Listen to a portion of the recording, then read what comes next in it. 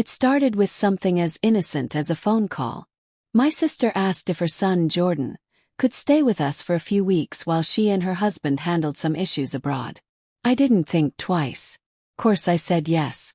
My husband, Aaron, was supportive of the idea too, though he barely reacted. He had stopped reacting to most things lately. That should have been my first clue something was off. But I was too caught up in the day-to-day to notice. Or maybe I just didn't want to admit it. Jordan arrived a week later. 22, polite, well-built, with a quiet confidence. He was the kind of man who turned heads, but didn't seem to care. He helped with chores without being asked, always kept to himself, and was oddly private about his work. He'd leave late in the evening, come back past midnight, and never talked about what he did. I assumed it was food delivery or something gig-based. Aaron didn't pay much attention to him or me, to be honest. He'd retreat into his home office and stay there for hours, supposedly working, but there were nights I'd hear him laughing quietly on the phone when he thought I was asleep. We hadn't been intimate in months. His kisses felt obligatory. Conversations were short, predictable. I told myself marriage was just like that after a while. Jordan, on the other hand, noticed things. When I got a haircut, he complimented it. When I cooked dinner, he always said thank you. One night I came home from the grocery store and he was waiting by the kitchen counter, sleeves rolled up, helping me unpack. He smiled and said, "You always do everything for everyone. Doesn't anyone take care of you?" I laughed, shrugged, and brushed it off. But the comment stayed with me. It wasn't flirtatious. At least it didn't feel like it at the time. Felt genuine. That same night, Aaron forgot we had dinner plans. Again. I ate alone while he claimed he was buried in meetings. I started pouring 2 glasses of wine after dinner instead of 1. Jordan would join me sometimes. We'd talk about small things, his college experience, books, random news. He listened, really listened. And that felt rare. One night, I asked him what he really did for work. He gave a vague answer about content creation. I teased him, said that could mean anything.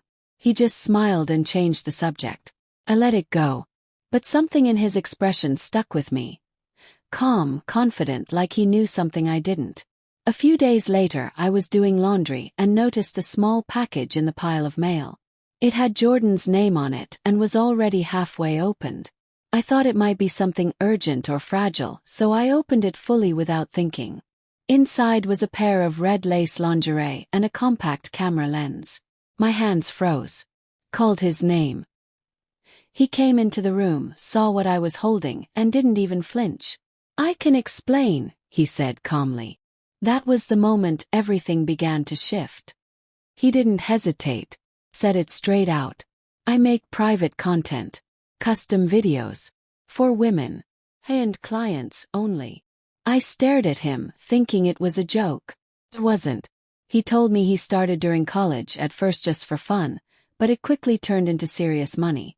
Women would pay him for more than just visuals. They paid for connection, fantasy, emotional intimacy. "Most of them are lonely," he said. "They want to feel seen, heard. Sometimes more than touched." I wanted to be angry. Or shocked. But all I felt was a strange pull. Not toward the job itself, but the honesty, the openness. I hadn't had a real conversation like this in months. Maybe years. I asked why he never said anything. He smiled and said people don't usually understand. I told him I wasn't judging. Maybe I was lying. After that, something shifted between us. Not instantly, but enough to notice. Our conversations stretched longer. We started lingering in the same room more often. He'd ask me how my day was and listen, not just nod but actually absorb what I said. I caught myself thinking about his words. How most women just want to be seen. I realized I hadn't felt truly seen in a long time. Aaron, meanwhile, became more withdrawn. He stopped eating dinner at the table. Started locking his office door. When I asked him what was going on, he'd snap or just wave me off. I gave up trying. Nights got quieter, colder. I spent more time downstairs in the kitchen or in the living room, where Jordan usually ended up too. One evening I came downstairs for water and heard a voice coming from the living room. Low, sultry female. Froze. It wasn't in person. It was coming through a laptop. I moved closer and saw him on the couch, shirtless, in front of a ring light. The woman's voice was giving directions. He was recording. I turned to leave, but he saw me. Closed the laptop immediately. Neither of us said anything for a long second. Then he walked over, calm, composed. "Sorry," he said. "Didn't mean for you to see that." I didn't respond. My chest was tight. I didn't know what I felt. Shame, curiosity, something else I didn't want to name. I asked who the woman was. He hesitated. "She's a client. Pays a lot for control. Likes to script things out." He nodded. Tried to walk away. But he touched my arm gently. "You okay?" he asked. I wasn't. I didn't know why seeing him like that made me feel something I hadn't felt in years. Wanted, jealous, uncomfortable, exposed. The next day, I couldn't look him in the eyes. He noticed. Asked me if I thought less of him now. I told him no. I lied again. I didn't think less of him. Thought more. Later that week, I found myself replaying the sound of that woman's voice in my head. But not because of what she said, because I recognized it. It was Aaron's assistant. I didn't tell him right away. I needed to be sure. I went through Aaron's laptop the next morning while he was at the gym. Same password he always used. It took 2 minutes to find the email. Her name in the inbox, multiple messages, some titled scripts, others just laced with hearts. Attached were payment receipts, Dropbox links, timestamps that matched the night Jordan was filming. My stomach turned. It wasn't just her voice.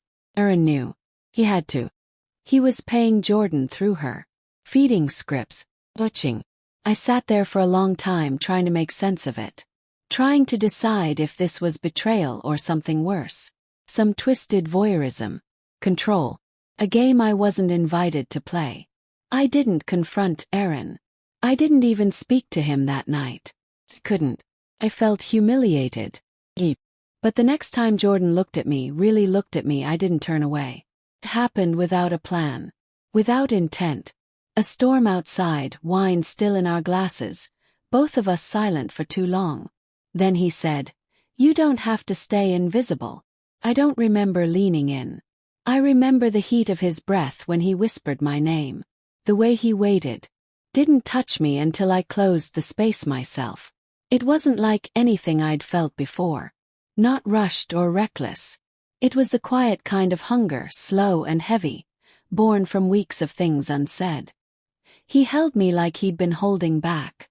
Like he knew this moment would come and didn't want to waste it. Afterward, I expected guilt to crush me. But it didn't. It was the opposite, clarity. I felt awake for the first time in years.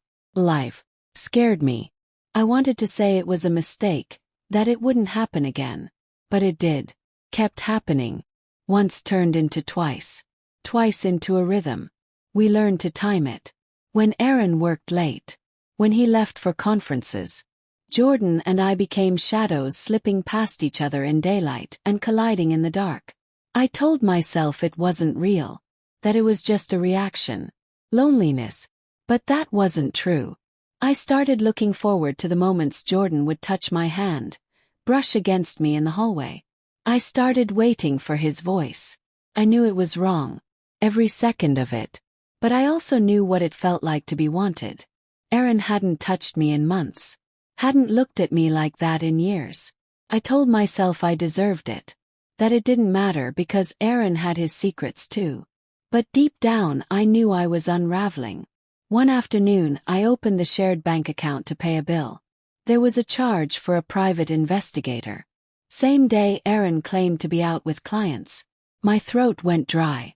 He knew. Or at least suspected. And suddenly it wasn't just about desire anymore. It was about consequences. The envelope was waiting for me on the kitchen counter. No note. No warning. Just thick, heavy paper with my name written across it in Aaron's handwriting. I opened it and found photos.